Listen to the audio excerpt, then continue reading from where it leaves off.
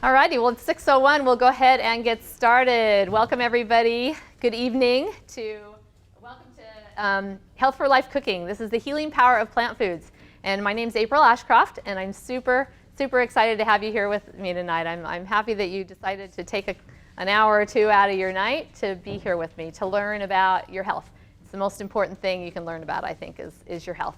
I have a passion for, and it's my mission to teach about the healing power of plant foods and how they can drastically improve your health, increasing longevity, decreasing risk of disease, reversing disease if you have it, and achieving and maintaining your ideal weight. And everybody in this room here tonight has the opportunity to achieve those goals, if that's what you'd like to do. And it all depends on each one of you and what you put into your mouth every time you put something in your mouth. You can choose good health, or you can choose not so good health. So it's up to you, and it's one of the most powerful tools to gain health. We have so many things out there nowadays that are beneficial for us. You know, all the alternative therapies, massage therapy, and energy healing, and Tai Chi and yoga and working out. All those kind of things. But if the foundation of your diet is not good, if you're thinking you can do all these things and get away with the junk food diet, you're kidding yourselves. You're going to, as you get older, it's just going to catch up with you. So I'm just here to encourage you about, just taking control of your health with the food that you put into your body every day. Come on in, have a seat. Or, are you being taped? Yeah, but you can come on in. This is yeah. So tonight I'm going to be talking about the different foods I'm preparing. And I like to talk about a lot of different things. I've had people ask me already about keto, and there's a lot of other topics people like to ask about. So feel free if you have a question. I don't really have an agenda for tonight to talk about because I get too sidetracked and I have a hard time staying on track. So I kind of let the audience direct me and my food and what I'm doing. So if you have a question, please ask, and it'll probably remind me that I want to talk about that. So. Anyway, we'll just go ahead and get started. We're going to do kind of a Mexican menu tonight, and I wanted to do some fall food. So we've got some corn going on, and we've got some red bell peppers. They're kind of a fall food, and we're doing some peaches with our ice cream tonight. So, and actually, I'm gonna do the ice cream first because we want to get those in our ice cream freezers and have them frozen by the time we are done eating the other foods. So we'll start right there. So I'm going to start off with let's see. I'm going to get the base of my ice cream out of the refrigerator where I've got it held. So this is the base of my ice cream. Doesn't it look really good? It looks like cockroaches and pecans, right? Makes it very appetizing. Anyway, what this is pecans and dates, okay? Pecans are a whole food fat, and we want some fats in our ice cream to make it creamy, and we want some sugar, of course, in our ice cream to make it sweet. And I'm using whole food, the whole food form of both of those. Dates are the healthiest sweetener. They've got the fiber intact. All the parts of the plant are still there. I have taken the pits out. It's no fun blending in your blender and discovering you have a pit in there, so make sure they're pitted. And I've got about a cup of those. And there's different types of dates. You can get the Medjool and the Deglet Nor pitted dates at Costco. These are the Medjool. And then I've got a cup of pecans. Just raw pecans is what you want to use. You always want to use your raw nuts and seeds. You don't want to get them roasted and not salted either. You want to just the raw nut and seed. So, and the great thing about the nuts and the dates, the nuts in particular, the fats in the nuts are bound to the fibers in the nut. So instead of using a cream that is from dairy milk, that is from a cow, that is made to grow a baby cow from 60 pounds to 600 pounds in like 6 or 8 months. That's some powerful growth hormones that we really shouldn't be putting into our body. That's why we want to use like nut-based milks instead of cow's milk. Much better for you. So what I'm going to do is I'm going to put these pecans and dates, and they're soaking in about 2.5 cups of water. And that's what I'm going to start off with, and then I'll add some more water as we go.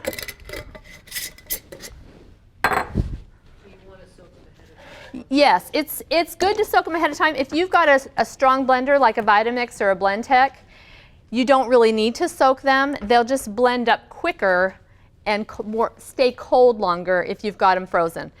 This Vitamix will heat to basically boiling if you let it go long enough. So you got to be careful. If you want to make ice cream and put it in your ice cream freezer, which I'll show you in a minute, you got to have your base cold. And if you want to, if you just want to either soak them beforehand and put them in the refrigerator, make sure it's cold before you blend it, or blend them fresh and then be able to have time to put it in the refrigerator to get the cream cold before you put it in the ice cream maker. Does that make sense? Okay. So I just always soak them ahead of time and put them in the fridge, and they just do a good job that way. Okay, so I'm going to go ahead and just add a little bit of vanilla, about a teaspoon of vanilla, and a couple of tablespoons. I forgot to get a tablespoon. I'm going to add a couple tablespoons of maple syrup. So the base of this is made with dates, which is a really healthy whole food sweetener. But sometimes I like to add a processed sweetener. And this is the way you want to use processed sweeteners. You want to use them minimally. So I'm just adding a couple of tablespoons, and this is just going to add some maple, or kind of a maple flavor. This is a maple pecan ice cream. So this is just going to add a little bit of maple flavor, and it's going to kick up the sweetness just a little bit. So we got our vanilla, and then something that's going to kind of give this ice cream some holding power. Who's had, what's it called? Ice milk. Has anybody ever had ice milk? Or ice, is that what it's called? Like an ice cream made out of just milk? You know how it thaws, melts fairly quickly? Or even homemade ice cream. If you've ever made homemade ice cream like the old-fashioned crate kind, it melts really fast. That's kind of how this is. But if you add some beans, it kind of gives it some holding power. So these are just white beans, and you can use pinto beans as well. And it's just 3/4 of a cup. Do you soak those ahead of time? No, they're soft, so I don't need to soak those. I mean, you can if you want to make sure they're cold. Are you just using canned beans? Yes, I am. And you can do them from your own beans too if you want. I do that as well. And I did rinse them. Yeah. So I'm going to go ahead and blend this up. Now, it's helpful to have a good strong blender, but you don't. I've done this in just a regular blender. But let me just talk about the blender for a minute. This is a Vitamix. They also have the BlendTec. They're super powerful machines. They're awesome. If you're doing the whole food thing, you really ought to start saving your pennies or your quarters or dollars and save up to get you a good blender, because it's worth every penny. I've had this thing about 17 years. The base of it, I've had to replace the jars because I use them a ton and they get really gross looking. But this is a major appliance, and it costs about the same as a major appliance. But I spend, $300 or $400 or $500 on a dishwasher, washing machine, washer, dryer, refrigerator. You spend a lot of money on all those major appliances, and this is just as important. In fact, it's more important. I use this more than any other appliance in my house. So I was willing to fork out the money to spend it on a good blender, and I'm so glad I did, because I went through a KitchenAid blender, I went through a cheaper blender, and I think I did one more in between. And by the time I finally did this, I'm like, oh, why didn't I do this 5 years ago and forget all those other ones? So, okay, we'll go ahead and get blending.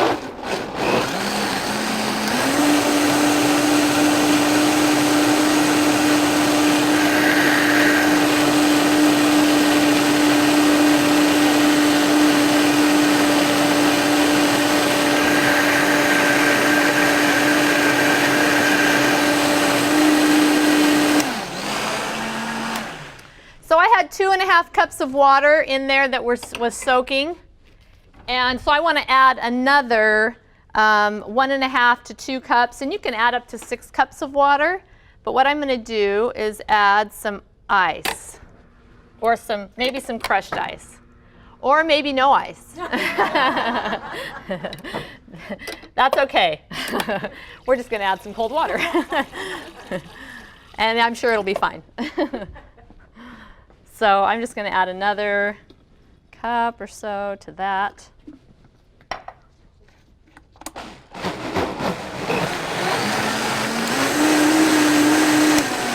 So the reason I started blending it with just the 2.5 cups of water and then added afterwards is because it blends better and creamier quicker with less water. And then so after it blends cream, then you can add the rest of your water in.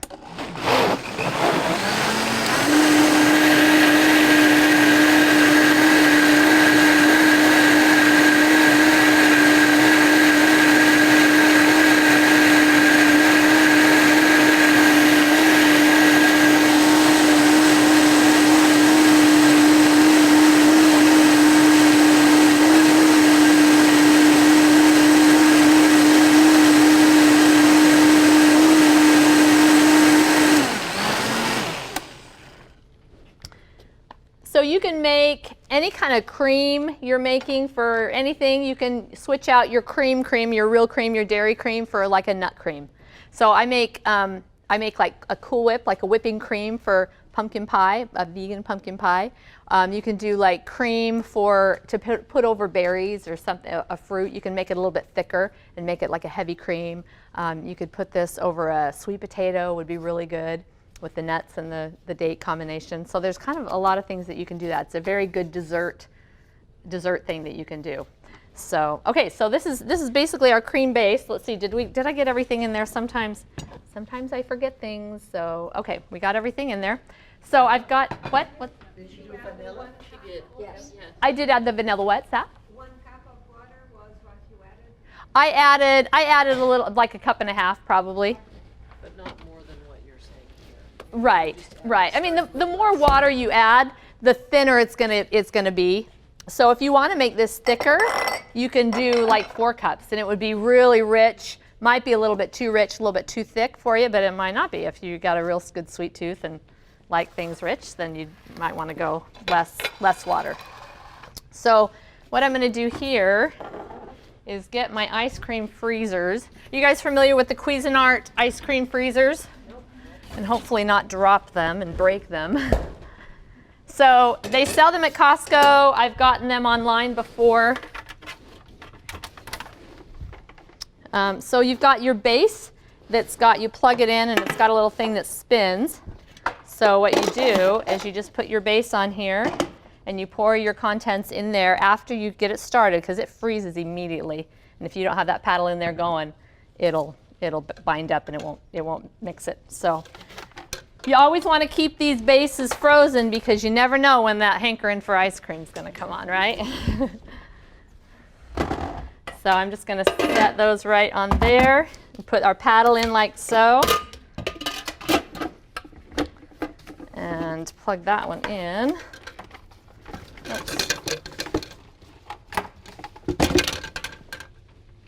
So I'm familiar with almond milk. What are some other nut milks? Well, any kind of, I do cashew. The base of my ice cream is usually cashews, but because this is maple pecan, it's pecan this time. So, but you could use, I wouldn't use almonds. They're a little bit too grainy. They don't blend up as creamy. But you could use walnuts. I've used walnuts in ice cream before. I'm just thinking the milk itself. There's a lot about almond milk. Yeah, you could do almond milk, cashew milk. Honestly, I don't ever do milk at all, ever. I just don't find a reason for it, or a need for it, I guess I should say. It's not really good to drink glasses of almond milk. I have a friend actually that got an allergy to almond milk, or to almonds. And her doctor, naturopathic doctor, actually told her that, she did almond milk for her kids growing up. They had it, every day on their cereal and stuff for years. Probably drank it too. And she ended up with an allergy to it. And she said that will happen. And I've seen that with myself. I've got a few food allergies as well because of that. Eating stuff every day for 20 years, Things grow in season for a reason. Okay, so I'm going to go ahead and get these started. This I made ahead of time, so we're going to have plenty here. And we'll get those started. I'm just going to divide up the two, because this one's really cold.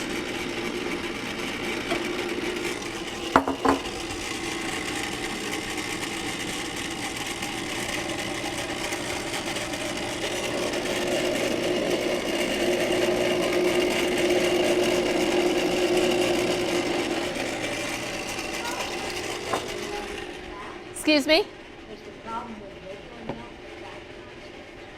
The problem with the regular milk is the hormone content. That's the big part of it, and the fact there's no fiber.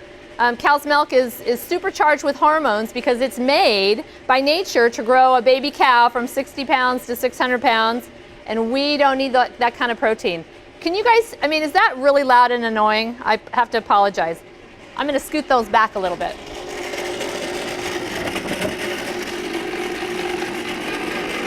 I put them at home. I put them in the laundry room close my door when I'm making ice cream. It only takes about 20 minutes, 20, 25 minutes to freeze. So, okay, we're gonna go ahead and get going on our kale and black bean tacos. Yes?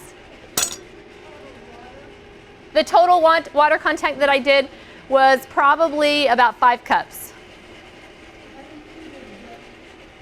The soak, the soak water that you use, yep, you want to include that. Let's see, which one is that turning on?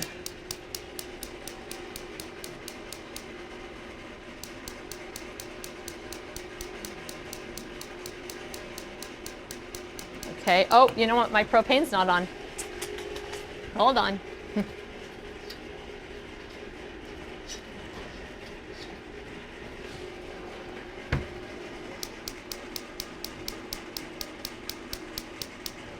Okay, there we go.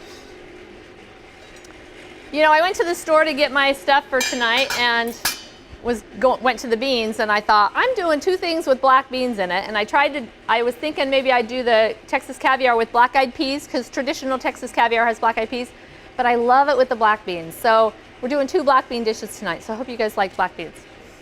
So, okay, so we're gonna start off with our kale and black bean tacos. This is a super, super simple, easy recipe that I absolutely love. Who has had cooked kale? Oh, quite a few people. How many have had raw kale? More people raw kale. Yeah, and raw kale is good for you, but did you know that cooked kale boosts your immune system like 10 times better than raw? Green leafy vegetables will increase immune function. So we want to get lots of green leafy vegetables in, and when you cook them, kale in particular, it increases the absorption of those nutrients that boost your immune system. Kale is a cruciferous vegetable, and people that eat cruciferous vegetables compared to people that eat regular vegetables have double the protection from cancer. Yes? How do you cook kale? I'm going to show you. Okay, so I'm just chopping up some garlic. I'm tripling this recipe because I want to have plenty. So I'm just going to chop up this garlic. You can use onion in this as well, but I just do the garlic in this recipe. Garlic is an allium vegetable, and so is onion, so is leeks, so is scallions. And in a large European study involving like 10 countries, it showed that people that eat the most onions or allium vegetables had the least cancers of all types. The more onions, the more leeks, the more scallions, the less cancer. So you want to get those onions in. And raw is really good, but cooked is good as well. So eat both, raw and cooked. When you cook something, it changes it. It doesn't necessarily destroy it. It just changes it and makes some of those nutrients more bioavailable. So it's still good. All right, so we're going to put this in this pan, and I have no oil in this pan. And garlic is a little bit different than onion. Onion you can do really well with no oil, but garlic's a little bit different. But I'm not using any oil, and I'll tell you in just a second why. I just got to make sure I don't burn this. I'm just heating that just a little bit, just cooking it just a little bit, bringing the flavors out. Oh, I can smell it. And now I'm going to get my water, and I'm going to add some water to my pan.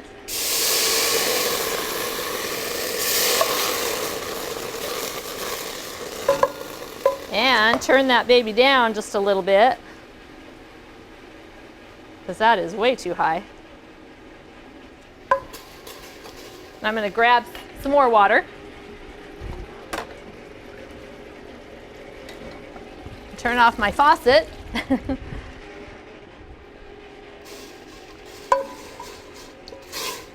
Okay, so we're just going to put, normally if you're going to saute vegetables, you know, you do your oil and your onion and all that stuff. I don't use any oil at all. Oil is 100% fat, and it's the highest calorie, lowest nutrient food that we consume. What they've done is they've taken the olive, you know, everybody thinks olive oil is all this great. They've taken the olive and they've taken out the fat, and they've left all the goodness behind, the fiber and all the micronutrients that are so beneficial and so healthy for us, and left us with the fat. Go home and get your bottle of olive oil and look on the side panel and see how many nutrients are in it. It's pretty much nothing. It's 100% fat, 120 calories per tablespoon. Since we learned in the late 80s that olive oil was so healthy for us, and we've been dumping it all over our food, we're all skinnier and healthier, right? No. Heart disease is still our #1 killer. It's because one of the reasons is because we're dumping olive oil on our food. Olive oil, yes, it's better than saturated fat, 100% saturated fat, butter and cheese and all those kind of things, but it's not better than none of that. If you're eating a whole food plant-based diet with no oil, like I am, and you all of a sudden add oil, I'm going to see my cholesterol go up. It increases risk of heart disease. It lines your arteries are lined with endothelial cells. They are little cells that produce nitric oxide. That nitric oxide keeps your blood vessels, it's produced, and it keeps your blood vessels like Teflon, so that your blood slides right on through your vessels, and you want that. When you go and put olive oil or any kind of oil in your blood vessels, it slows down that blood flow 40% after 4 hours of consumption of that food. After a meal high in olive oil, your blood slows down 40%. I don't want my blood slowing down no 40%. And if you're questioning what I'm saying, and I hope you do, because I don't know everything, I encourage you to go to my website. I've got lots of videos on there, and one of the first things I've got on my website is 3 videos from 3 nutrition experts talking about why no oil. And if you'll go there and listen to them, they're like 3 minutes long. I think you'll understand more. They explain it lots better than I do about the oil problem. So, and another thing about oils is that, like I said, there's no fiber in the oil. When you eat an avocado or a nut or a seed, the oils are bound to those fibers. And what happens to fiber? Goes right through into the toilet bowl, right? That's why we want to eat a lot of fiber. Well, some of those fats are bound to that fiber, and so you're not absorbing all those fats. When you eat olive oil, there's nothing to slow it down from getting into those fat cells where you don't want it. And it also gets there very quickly. If you eat I was explaining this earlier, if you're eating a nut, you're chewing that nut, and it's taking hours for that oil to get into your body. When you take olive oil or any kind of oil, it's going right to your hips or your belly.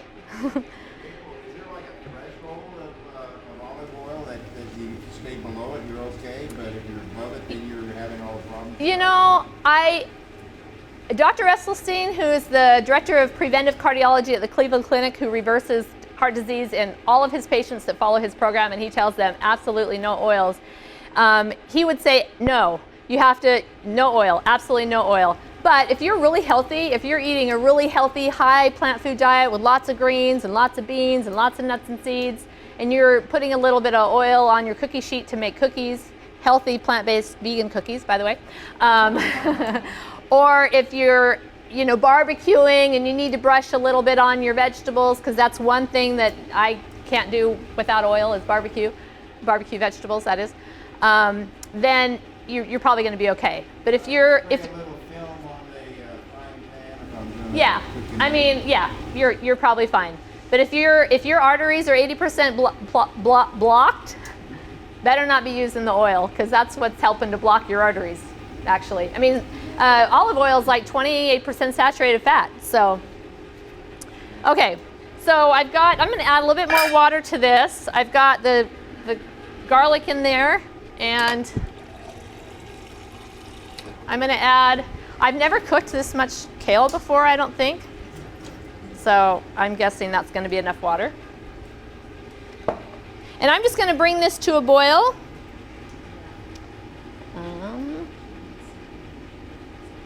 Did I mention kale is a cruciferous vegetable? Yes. Cruciferous vegetables have the power to decrease risk of cancer, to cut your risk of cancer in half. Cruciferous vegetables increase detoxification. They stimulate immune function. They double the protection of cancer of other vegetables. They inactivate carcinogens before cancer can even begin. So our environment is full of carcinogens, and they're attacking our cells. We get over 10,000 oxidative hits a day from all different kinds of toxic compounds in our environment, from cigarette smoke and environmental toxins of all kinds. The toxins in our homes, perfumes, things we put on our body, things we smell. When we exercise, when we digest food, we're all creating oxidation, and we need those antioxidants. And cruciferous vegetables are highest in those, and they protect our cells and keep our DNA from becoming damaged. There's a thing called, what's that word? Methylation. Methylation is the damage of your DNA cells. And smokers who eat a lot of greens don't get that methylation. So it protects your cells. Let's see. Oh, women who get 1 serving of cruciferous vegetables a day cut the risk of breast cancer in half. Men who eat cruciferous vegetables 3 servings a week cut the risk of prostate cancer by 41%. So you want to get those cruciferous vegetables in. Put a big handful in your smoothie in the morning if you do that. You know, in your big leafy green salad that you have every day for lunch, put a big, big serving of some purple cabbage or green cabbage. Purple cabbage is like the best, most highest nutrient, cost, lowest cost food you can eat. So get some of those cabbages in there on a daily basis. Okay, I'm just gonna let that come to a boil and hopefully not burn. I get too many things going and that happens. Okay, let's move on over to our Texas caviar. Yes? Raw, but it's good cooked too. The thing with cooking is, it softens the fibers and makes it some nutrients more bioavailable when you cook. So eat both. Have some raw cabbage on your salad and cook some some cooked cabbage, at night in your enchilada or something. So. Same thing, yeah. Oh, plant foods are great for lowering cholesterol. Yeah. But what's even better is to not eat cholesterol. If you want your cholesterol to go down, stop eating it. And it's only found in animal foods. So, okay. So let's do some Texas caviar. And we're going to, looks like that's going to a boil, so I'm going to turn that down. So you want to bring it to a boil, and then you want to turn it down to low. And just let that kind of simmer for a little bit. And you want to check on it periodically. Oh, look at that green. That stuff in the middle wasn't getting cooked. Whoops. And I better put some more water in there because it's getting dry.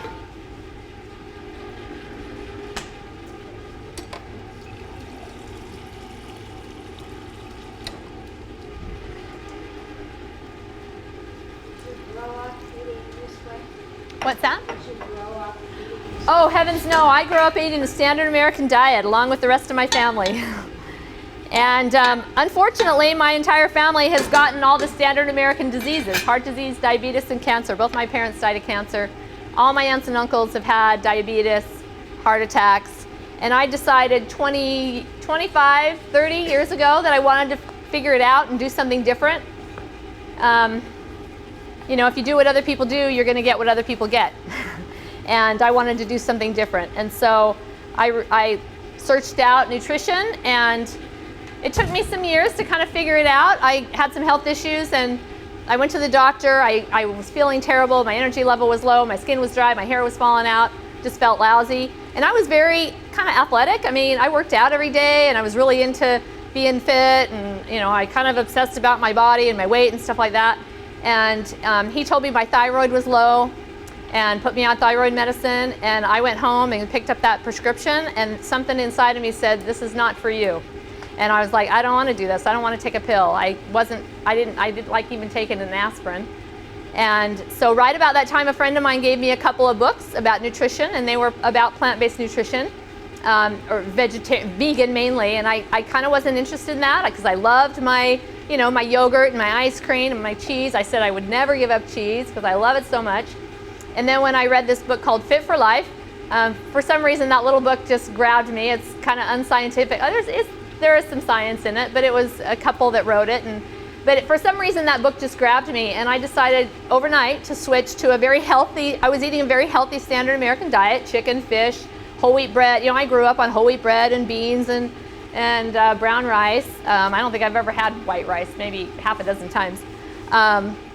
But I switched to a healthy American diet, to a whole food plant-based diet, and my world changed in a week. I mean, my energy skyrocketed, my weight leveled out, I wasn't so tired all the time and run down, my head cleared out. I mean, I just felt so much better, and I never looked back. I never wanted to go back to eating animal foods. And over the years, I've had to tweak because my biggest weakness was sugaraholic. I still am. I love, although it's more the whole natural, sweeteners, the fruits and things like that. I don't really crave the bad sugars because they make me feel so terrible. So, so yeah, that's just, and it's been the same this way ever since. And I love to teach other people about it because it's so amazing. And people that have done the same thing, they love the results. There's probably people here tonight that could attest to that. So these things that I'm chopping up right now are tomatillos. They're kind of like a tomato. They're, they use them in Mexican food a lot. They just kind of have a little bit of a tart flavor. And I'm using this chopper. It's called the Vidalia Chop Wizard. And it is awesome. I love it. It's my second favorite kitchen tool next to the Vitamix.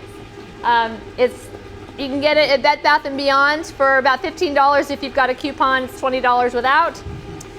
They're really good about taking it back if they break, because they have a tendency to sometimes break, although mine don't. And the key to it is pounding it. That's the key to keeping it working good.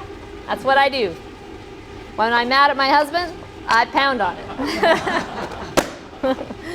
Just kidding. That doesn't happen really more than once a week. Just super easy when you're chopping a lot of vegetables, and I hope you'll go home tonight and vow to chop lots of vegetables from now on.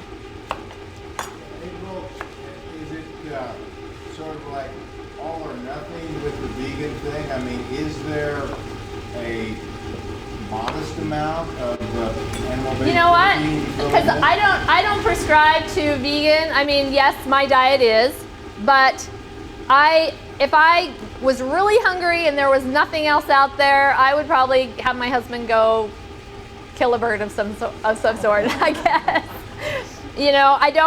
I just feel like it's too strict, too restrictive. Oh, I'm vegan. Okay, now I can't eat any. It's not about can or can't. It's about I choose to eat really, really healthy. And it just so happens that the healthiest foods on the planet are plant foods.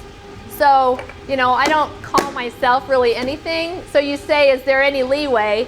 It's up to you, really. I mean, how healthy do you want to be? Do you want to get drastic results with your health? I mean, if you're suffering with some things, do you want to get drastic results, or do you want to get minor results? So I guess what you're saying is if you deviate from the vegan, you are compromising. I think you're implying you're compromising with any animal protein. Could be, but there's no research, there's no studies, there are no 100% populations, there's no 100% populations that eat a 100% vegan diet.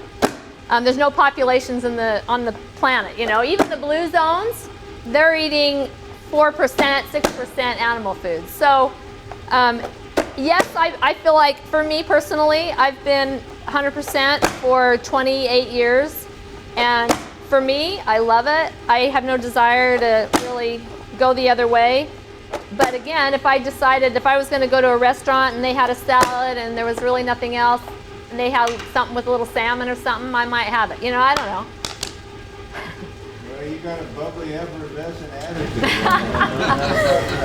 Okay, so that thing that I just chopped was a red bell pepper. So, oh, by the way, the tomatillo, that's what a tomatillo looks like when you buy it at the store. It's got a little green skin on it. You just peel off that skin. How do you know when it's right? I don't know. I assume that if it's at the store on the shelf that it's probably okay. I mean, I don't use them enough to really, I've never really compared a ripe or unripe I just use them and they're good. They're always good. So I am going to use this third one though. Oh, I better check my kale so I don't burn it. What? No, he is because I cooked for him, but if we go out, he'll get a steak or whatever. Although we don't really ever go out. And it's my fault. I love to cook, and I'm so stinking picky. It's just not even fun, You ask for a simple salad with a side of beans, and they bring you this pathetic whatever, It's like, really? I'm paying $8 and you can't do better than this, or whatever, So I'm miserable. I'll admit it. No, I love food. I love to eat good food, and to go out to a restaurant and pay a price for it, and to get something that's not as good as what I make is just not as fun, you know? So, okay, so we've got our red bell pepper and tomatillo and corn, and we're going to do some jalapeno peppers. By the way, this chopper has 2 blades. It's got this little dice blade, and then it's got more of a chop blade. So you can use either one of those. I'm going to check my ice cream real quick. Oh, and it's looking pretty good. So I'm just going to chop the tops off of these. I worry just a little bit about jalapenos because sometimes they can be really hot. So, but jalapenos and all bell peppers are high in vitamin C. And vitamin C is an antioxidant. And antioxidants, from now on, when you hear that word, I want you to think anti-aging. I think we're all interested in anti-aging in the room tonight, right? Well, the more antioxidants you eat, the more of those anti-aging compounds you're getting. And a good example of that is an apple. When it sits on the counter, it starts to turn brown. That means it's oxidizing. And anything we eat, when we chop it up or do something with it, it's going to start to oxidize. That's another problem with oil. It's oxidized. It's been sitting in a bottle out of its natural container, its natural shell, for who knows how long. And it's oxidized. It's gone rancid. Even though it doesn't smell rancid or taste rancid, it's started to go bad. So I'm just going to chop these up roughly in here, and then I'm going to kind of finish them off, do them a little finer dice on the counter. So with the concern of do you only cut vegetables? Excuse one me, day at a time? say that just a little bit louder. There you are. Can you repeat that? The oxidation problem, do you only cut as many vegetables as you are going to use for one day? Yeah, pretty much. I do. For a week, and chop everything up on one day. I didn't hear You that. don't chop up for a week, you just do a day at a time. I just do it daily. I just prefer that. I feel like it degrades after a certain, actually some things are better if you chop them ahead of time, like kale. These compounds in kale, myrosinase and glucosinolates. There are 2 compounds in kale that are there in the whole plant. And when you chop that plant, you're breaking open the cell walls, and those compounds are coming together, and they're like a chemistry thing going on. And they're creating they're creating another compound. I can't remember. Isothiocyanates. Long word. And but the more of those isothiocyanates are created as it sits. So when I cut this kale up at home 2 hours ago, it sat for 40 minutes, and so it created those to the max after I think it's after 40 minutes. Who wants to go home from work all day, cut their food, and go in the living room or go somewhere and wait 40 minutes before you cook your dinner, right? So if you think about it, sometimes they'll chop them up in the morning. Most of the times I don't think that far ahead. But so what I'm saying is chopping them is good for a while, but after they sit for several days, they probably denature in nutrients. They probably decrease. Oxidize maybe a little bit quicker. You mentioned cancer. How does the research say about Alzheimer's and dementia, including cancer? They're finding that clogged arteries to the brain is part of the problem. Just going to put those right in there. Clogged arteries to the brain, and also these white plaques that are in your brain that are caused by glucose, by sugars, and that comes from a high sugar diet. Sugar, not just sugar, but like white flour, processed carbohydrates. That's another problem with Alzheimer's. Those are the only 2 things I've heard about, is just clogged arteries to the brain, which cholesterol and all that, and then the high sugar diet. Oh, and also barbecuing meats, like high heat cooking meats, that increases Alzheimer's as well. They're called something, and it's not coming to me. It'll come to me. Advanced glycation end products. It's what's created when you cook meat at high temperatures. So barbecuing. Stir fried's good. You're cooking it in, as long as you're sauteing it in water or broth or something like that. Okay, so we're using some red onion in our Texas caviar. And we'll use our chopper, the small chopper, small blade chopper. And we'll go with more than that. This is a great way to chop an onion, right? No more tears, no more tears. Good exercise for the arms, yes. That's where I get all my muscles. Just kidding. Chopping. No. Just checking the kale again. Got to keep an eye on it.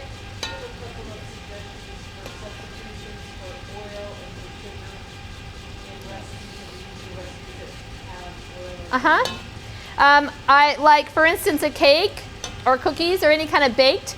I make, like, if it calls for a cup of oil, sometimes what works is I'll make like a nut milk, basically, because it's got the oil. So I'll take like a half a cup of nuts and blend it with a half a cup of water and make kind of an oily cream, and that works really well. I've got a couple of cake recipes. I've got a brownie recipe where I use just nuts instead of oils, or even applesauce or something like that. So that's one example. I'm trying to think of something else that you would use oils for. Oh, salad dressings. If you want a good salad dressing recipe, I've got one on my website. I have a few YouTube videos. My website is on your handout, I believe. Health for Life Cooking. The 4 is the number 4. And I've got a salad dressing recipe where I use it's a sweet vinegar dressing, and I blend. Again, I'm using seeds and dates and vinegar, and so it's creating kind of an oily consistency without the oil. Yeah. Orange one? I'm not sure. Yeah. Okay, orange balsamic vinegar. Oh, that's kind of similar to that. Okay, so now we're going to add some Roma tomatoes. I got these from the farmer's market, so they should be really good. I think, you know what, I'm going to check my ice cream. I think they're...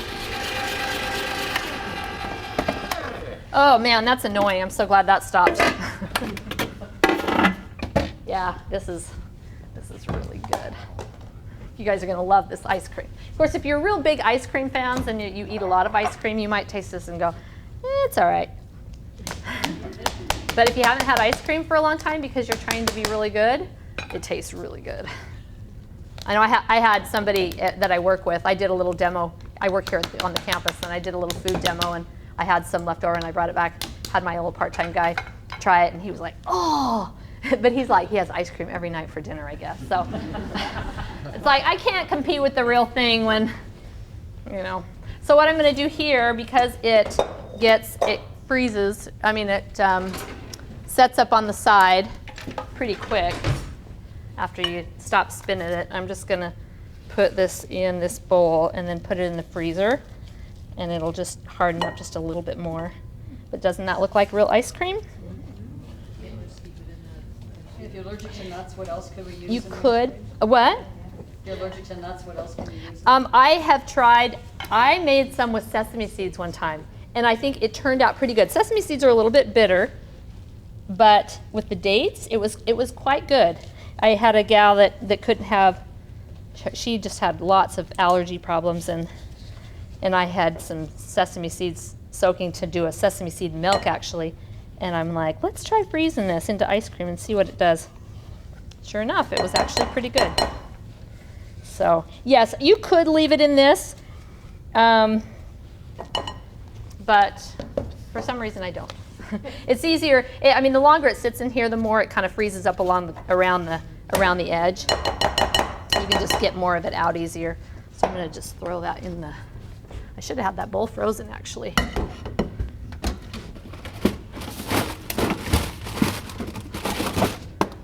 Where do you get the ice cream makers? Stay there. You can get them. Oh. Oh dear. Hold on. I gotta rearrange here for a second.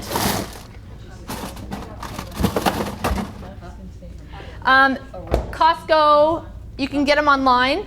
I've got them on Amazon before. I found one at a garage sale actually that I still have. Okay. Oh.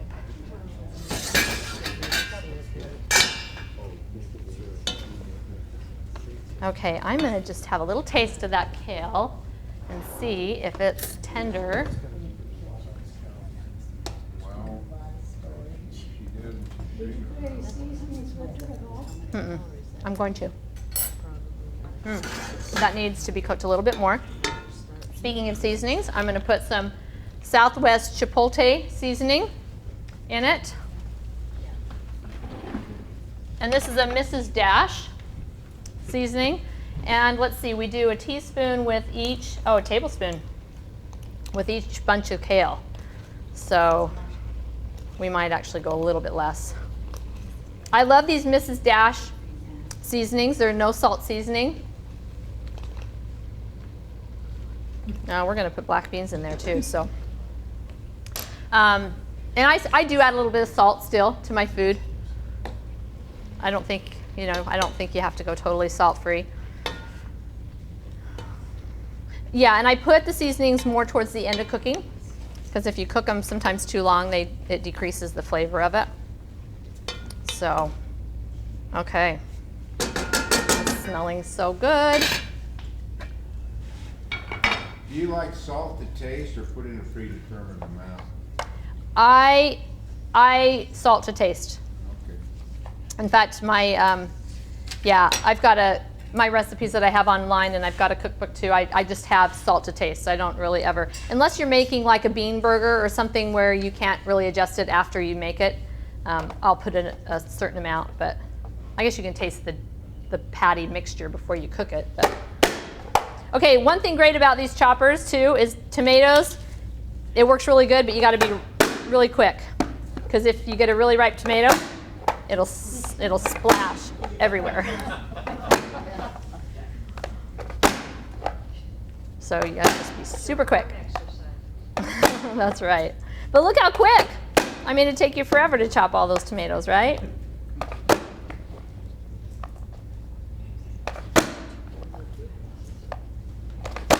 Right. Tomatoes contain lycopene. I'm sure we've heard of lycopene, and that's good for, prostate cancer and all that, but it works better when it's combined with fats. It's good to have fats. You need to have fats with your meals. It helps you absorb some of those fat-soluble nutrients in the vegetables. So, but of course, you want your whole food fats with that. Okay, so we've got our tomatoes in there, and then we've got some cilantro. We're going to go with about a half a cup, 3/4 of a cup of cilantro. And then we're going to go with a little bit of garlic. I'm just going to do a couple cloves of garlic. I'm increasing the amount of the salad, by the way, the amount that I'm making, just so we have plenty. So what are some good examples of whole food fats? Whole food fats, nuts, seeds, avocados. And your higher, like coconuts. Coconut's good. Coconut oil is not good. I know it's the big hot thing. But there's, again, on my website, one of the gals, Pam Popper, Dr. Pam Popper, she talks about coconut oil and how it's just, it's just the same. It's all oil. It doesn't decrease risk of Alzheimer's. It doesn't reverse Alzheimer's disease. There's nothing in the scientific literature that supports that. What about olives? What about what? Olives. Olives are okay, I think. And they still contain the fiber. The way they're processed, they're high in salt, and I think, they're not as good as like an avocado or nut or seed. If you could get them maybe raw or, minimally processed or whatever, you could get more, the stuff out of the can at the grocery stores, just not really. I mean, they're okay. I use them occasionally for whatever, different things. Okay, then we need a spoon. A big spoon to stir. This salad is beautiful. I love this salad, the way it looks. This is a salad I can take to my family get-togethers, and people will actually eat it. Unlike my black bean burgers or my broccoli enchilada casseroles. You always know which dish April brought because nobody touches it. It's good though. It really is good. Okay, and then we're going to go with some lime juice. So you know, we're not doing any kind of a well, actually, we are doing a dressing for this. I just remembered. You don't have to, but we're going to do one just to show you a real super simple one. And you can use lemon juice in this as well, but lime is always a little bit better. And For- it's best to squeeze it, not buy those plastic. Yes, thank you for mentioning that. Yeah, the stuff in the bottles is nasty. Nasty. Yeah, I mean the juice of citrus is so good for you. You know, again, high in vitamin C, high in antioxidants. Why are the plastic ones not good? It's just, well, they just are nasty. They taste bad. The main reason. I mean, if they tasted really fresh and good, you know, that probably would mean that it was okay. It was still maybe a little bit healthy. I think there are some brands that you can buy in glass jars that are less processed, but I know those little plastic limes and plastic lemons. Ooh, those are really, really nasty. Okay, so we're going to go with some chili powder. 1 to 2 teaspoons of chili powder. So we'll go with a couple teaspoons, and you can leave that out if you want, if you don't want the chili powder in there. And we're going to go with some black beans. And we're not going to do a ton of black beans in this since we're getting some black beans in our taco, but we'll just use, and you can just kind of adjust to that. You could totally leave the beans out if you wanted. It makes a beautiful salad just the way it is. But if you want it as more of a, you know, I mean, a lot of times I would take this for lunch, just for my midday lunch. And to make it more filling, you know, the beans just add more holding power. I think I'll just go ahead and add all those. Why not? You're going to put avocado in I am. I'm not sure how. I'm like really full. But I'm going to get rid of this first. Get that out of the way.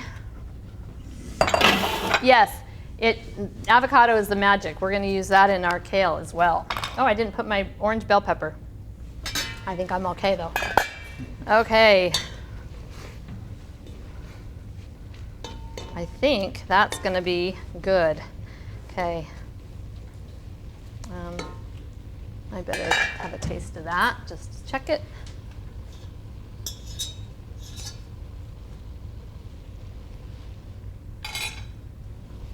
Okay. I'm just going to take that off the burner and set it to the side for a minute. And finish up this. Oh, we got to do our dressing for the Texas caviar. Now again, you don't need a dressing necessarily for this salad, but I'm going to show you this is a really quick and easy, yummy, really yummy dressing. What's that? Oh, my burner's still on. Yes, thank you. I just got to wipe up my mess there. At the risk of getting scolded for my stupidity. I won't scold you. You know these instant noodle kind of things you can buy, and they always have a little seasoning packet to come with them. And I know when I put in one in my Fitness Pal or something, it'll say, you have reached 80% of your sodium intake for the day just in this one little teeny packet. Yeah. It's got so much salt in it. Mm-hmm. And same thing with Harmon soups that are made. I mean, I can taste the salt is just reeking with Oh salt. yeah. Yeah, that's one thing about anything in a package, you know, it's just usually so high in sodium, and it might be otherwise really healthy. Yeah, you don't know of any on the market that really are pretty modest with this salt, do you? I mean, they just throw so much in. Yeah, I can't name any brand. Garlic Expressions. What is it? Garlic Expressions. Okay, haven't heard of those. It's only got 3 or 4 ingredients. Oh, okay. That's what I use mostly. Well, and the one thing with those condiments, sauces, seasonings, whatever, you're adding them to something else, and so it dilutes the salt, the sodium in it, you know, a lot of times. Like mustard's kind of pretty high salt. You usually just But I put add it to most of things. these things. What's that? You just throw water with the noodles and the seasoning package in there with most of the stuff I'm talking about. Yeah. Yeah. Well, you could add a whole bunch of vegetables to that, and then it would decrease your total. Okay. See what I'm saying? Okay, so we are going to go ahead and add the magic. I call this the magic. I love avocado. Avocado added to anything makes it 10 times better, right? That's an all right avocado, I guess. These days it's a little bit hard to tell sometimes if you're going to get a good one or a bad one. Oh, lovely. Let's see. So avocado is nature's butter. I use it in place of butter for a lot of things. We're going to stir it into our kale and black bean tacos.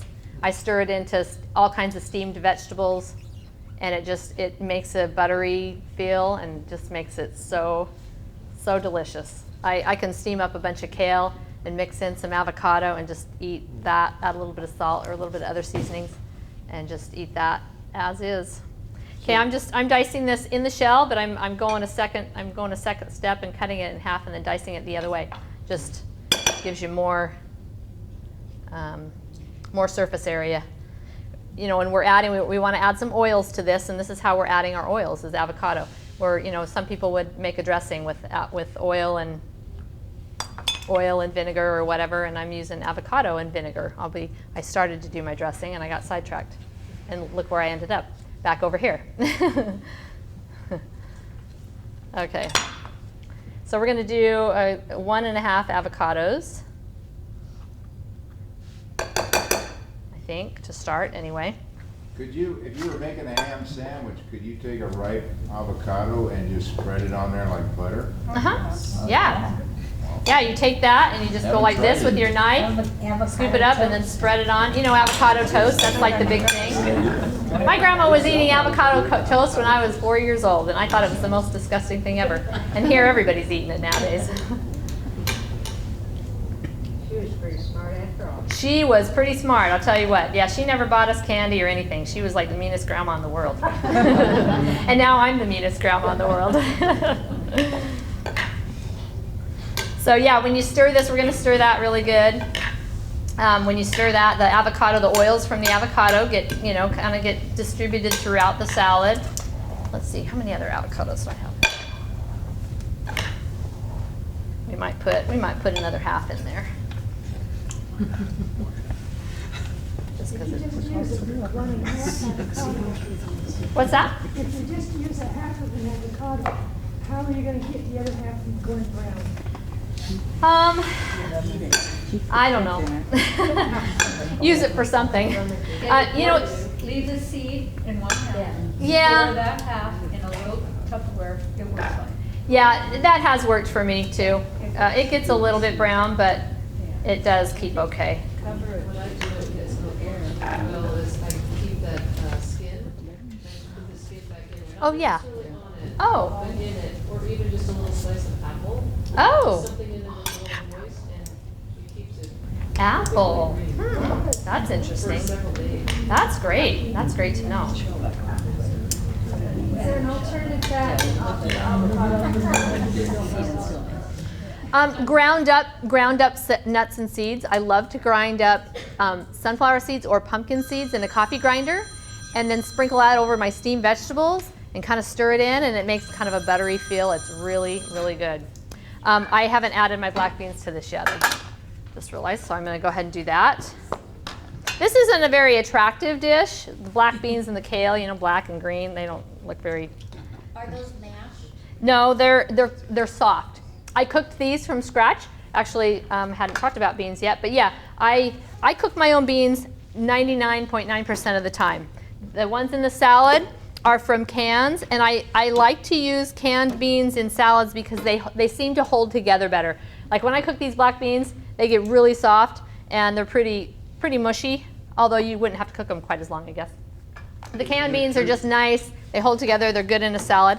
Yeah? So canned beans versus ones you cook yourself, is the nutritional value about a wash about the same?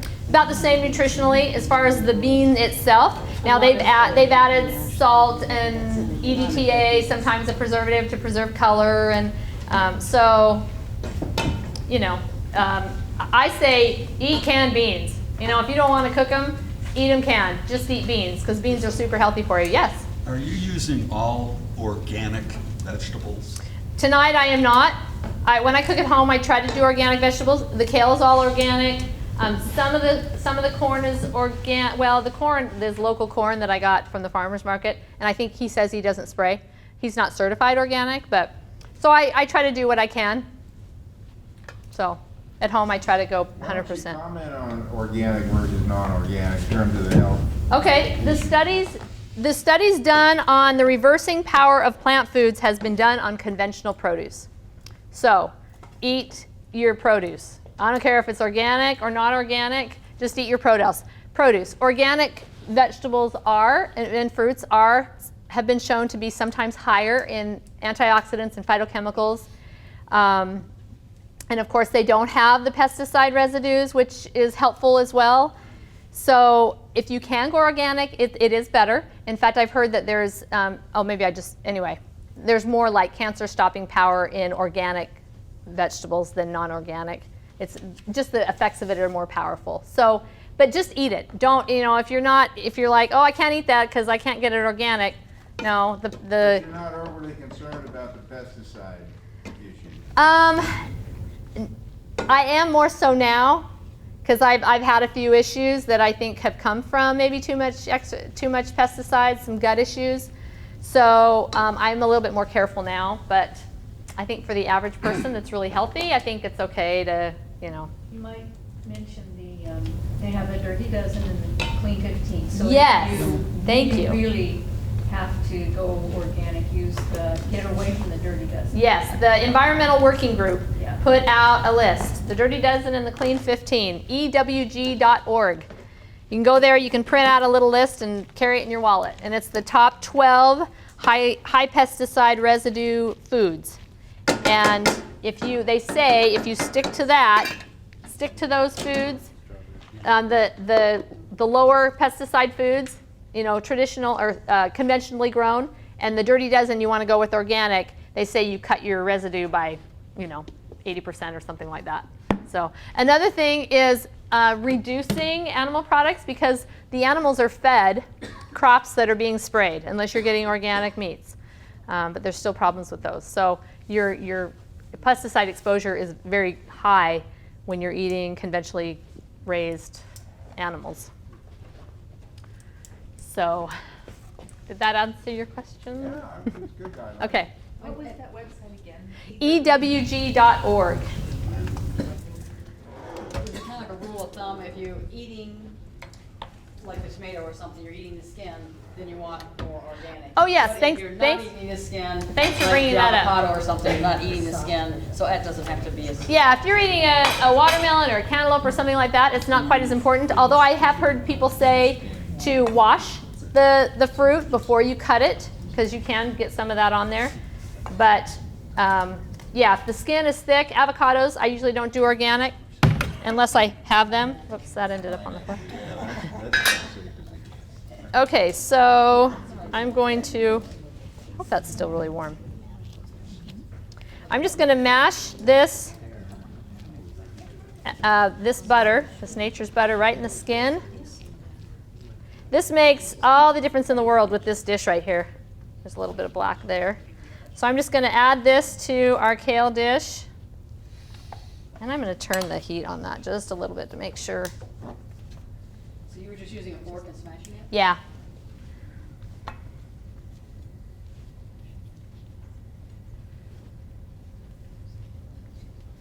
Plant foods have about 50, let's see, where's my notes here?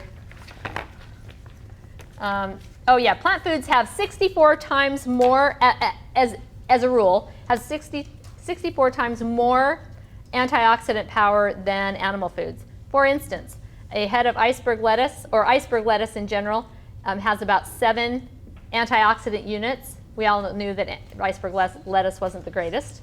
I don't know why I'm cutting that, I gotta smash it. Compared to blueberries that have 800 antioxidant units, okay? Chicken has 4, eggs have 5, so that's just a good comparison there. So we want to eat more high antioxidant foods. Those antioxidants are protecting your cells, decreasing inflammation throughout the body. Inflammatory problems are a big problem right now.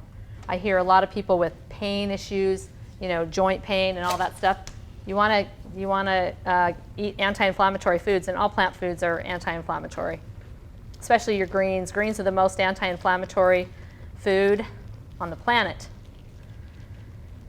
Beans, I didn't mention beans, the health benefits of beans. They increase fat burning and reduce fat storage after a meal when you eat beans with it.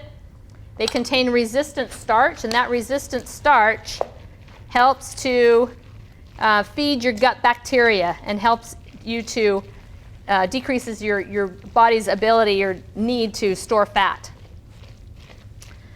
So we want to get our beans in. People that eat a cup of beans twice a week, 2 cups of beans a week, have been shown to cut their colon cancer risk in half. And colon cancer is one of our highest cancer killers in our country. Any beans? Any beans. Beans, beans, the magical fruit. The more you eat, the healthier you are. You thought I was going to say that other thing that they used to sing. So April, if you have digestive issues with beans, is there a way to get around that? Yes. Eat small amounts and work up to it. So did you just start eating more beans? Or have you eaten beans your whole life? I don't even know who I try to avoid them. Oh, you try to avoid them? Yeah, have you avoided them your whole life? No. Okay. So I try to have a little bit. Studies show that just like a tablespoon a day, cuts, death risk by like 8%. So it's like there is some benefit to just a tablespoon a day, and just work up to it. Just know that when you have that problem, that your gut bacteria is singing. They're so happy because they love that resistant starch. Your gut bacteria feeds on that resistant starch, and that's what's happening is you're kind of building up your microbiome when you're having that discomfort. And the more you eat them, the more you get used to it. Although that's it's a hard way to go. I know. Yes.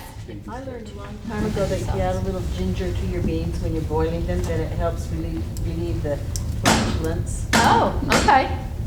You do what when you boil them? Add ginger. Add ginger when you're boiling them. Do you taste the ginger? No. Okay. No, I just use the powdered ginger. Okay. Yes. So do edamame beans, do they count? They're still really healthy. Yeah. Okay. Yeah. They're good. Even though they're soy? Even yes, soy is actually good for you. It's the processed soy that's bad. Your soy meat monologues and processed soy. Soy milk's okay. It's not the greatest. If you're going to do soy, it's best to do edamame. Tofu is a very minimally processed food. Actually, tempeh is even less processed. It's a fermented soybean kind of cake kind of thing. I mean, the Asians have been eating soy for many years, and they have really low rates of disease in general.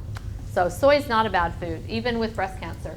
They're showing that women with breast cancer, if they get a little bit of the phytoestrogens, and phytoestrogens are in all plant foods, but they are higher in soy foods, that they do better. The studies done with soy and that are done with isolated soy protein. They take an isolated soy protein powder or whatever and feed it to them in their studies. They're not using the whole food, and that's the difference. Okay, so I'm going to make this sweet vinegar dressing, I call it, and it's just dates soaked in vinegar. This is rice vinegar. So when you go to the store and buy rice vinegar, you want to look at the ingredient list, like you want to look at all your packaged foods. You always want to look at the ingredient list. And you want to find one that's just rice vinegar. That doesn't have any sugar in it. A lot of them have sugar. When they say seasoned, it's got sugar in it. But we're going to make our own seasoned rice vinegar with some dates. We're just going to soak our dates in vinegar, and I just cover the dates with vinegar. And this is going to make like a date paste. And you can thin it down to where it's a little bit runny, and you could pour it on your salad, like a sweet vinegar dressing on your salad. So I'm just going to blend that up.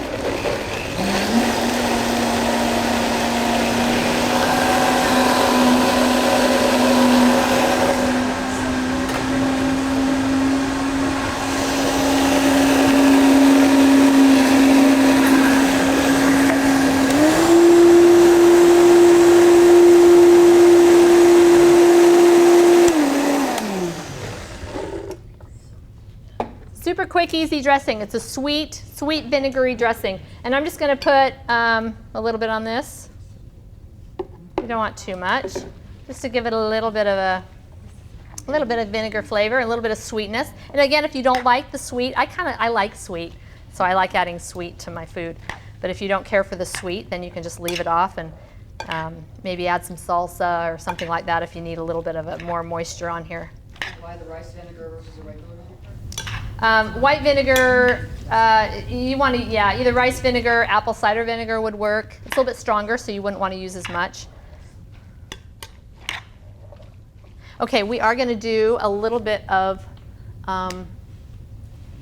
salt. What dates do you use? What's that? What dates? Dates, I use the Deglet Nor. They're in a tub about yay big at Costco. You can get them at pretty much any grocery store, I think. They're a little bit expensive, so I try to buy them at Costco. Or you can do them at Jewel's.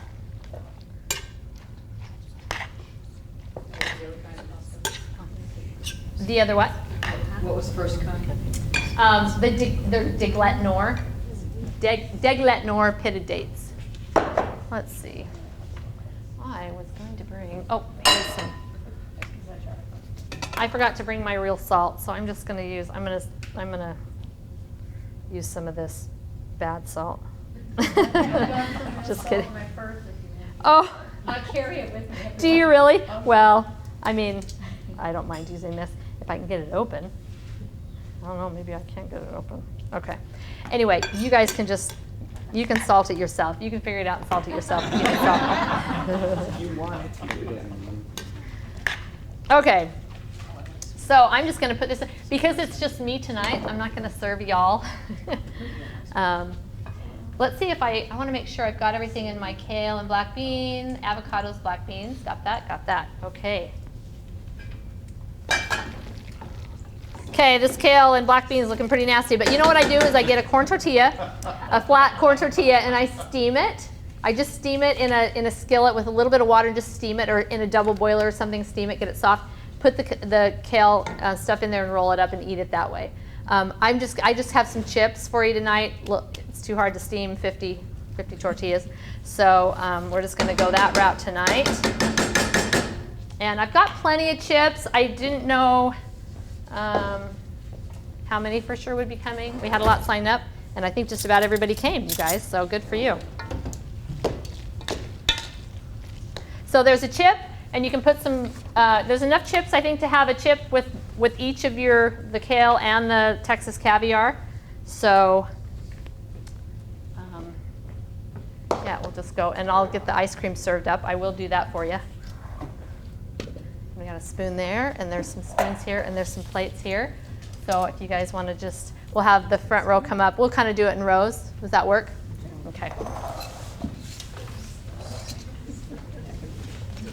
Let's see, I'll do the spoons with the ice cream.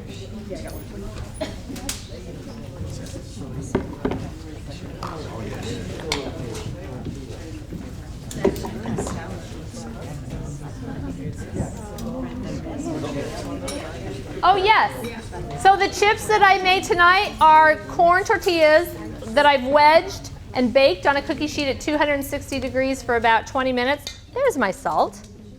You got to be a rocket scientist to know how to open this. Oh, no, that's pepper. Anyway, bake them in the oven at 350 or 260 for about 20-25 minutes, and they crisp up nice. They're a little bit harder than your regular chip, but they are. I'm just going to do a little bit of salt in there. Yes, like a raw corn tortilla. Yep.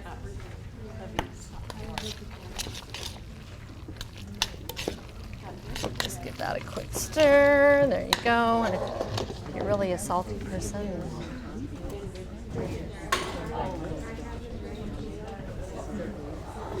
just going to go a little bit of salt in here. This Texas caviar probably doesn't need a whole lot of salt.